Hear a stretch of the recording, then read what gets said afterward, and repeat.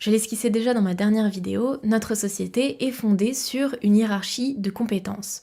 Ça veut dire que techniquement, celui qui a le plus de compétences se retrouve en haut de la hiérarchie. Et c'est logique parce que finalement quand tu rentres au bloc pour une chirurgie du cœur, tu te fiches de savoir si ton chirurgien est une femme, un noir ou un gay. Tout ce que tu veux, c'est qu'il soit le plus compétent possible dans son domaine pour ressortir vivant de l'opération. Donc cette hiérarchie de compétences fait que, où que tu ailles en France, quoi que tu fasses, tout marche. L'ingénierie de toutes sortes, l'électricité, l'eau courante, les transports en commun, etc., tout fonctionne. Et donc le principe de l'égalité des chances, c'est de permettre à un maximum de personnes de pouvoir accéder à l'éducation, au logement, à la santé et au travail pour qu'ils puissent évoluer dans cette hiérarchie de compétences.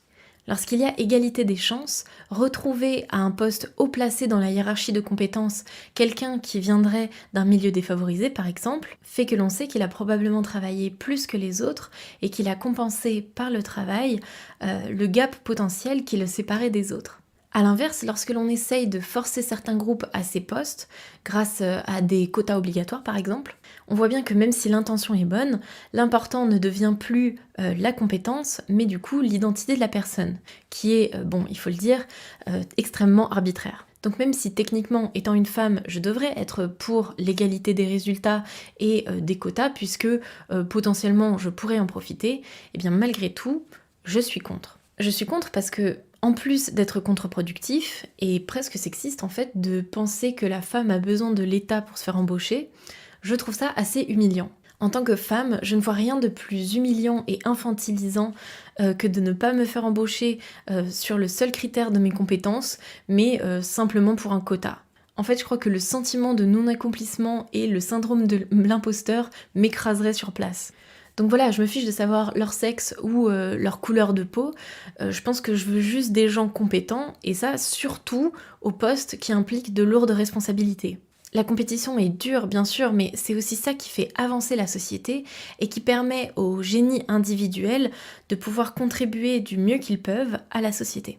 Comment pourrions-nous rester dans une hiérarchie de compétences s'il faut que des parts de la population, choisies arbitrairement, soient représentées dans chaque métier? Et encore pire, si à chaque fois qu'un groupe performe moins bien, ce serait à l'État de compenser cette inégalité. À terme, cela ne peut que tuer la compétition et l'envie de chacun de faire mieux. Parce que les gens qui ne seront pas favorisés par l'État vont perdre l'envie de devenir compétents, puisque de toute façon, à la fin, ils risquent de se faire prendre leur place par des quotas. Et ceux qui bénéficient du quota auront besoin de moins en moins en faire, puisque à chaque fois qu'ils font moins bien, on compense la différence. Et c'est un cercle vicieux qui n'entraînera que la démotivation de tout le monde. Comme je l'ai dit dans une vidéo précédente, nous sommes des êtres qui grandissons dans l'adversité et les défis forgent notre histoire personnelle. Et dans ce cadre-là, la compétition est un facteur très puissant de motivation. Cette compétition repose sur la base fondamentale du fair play.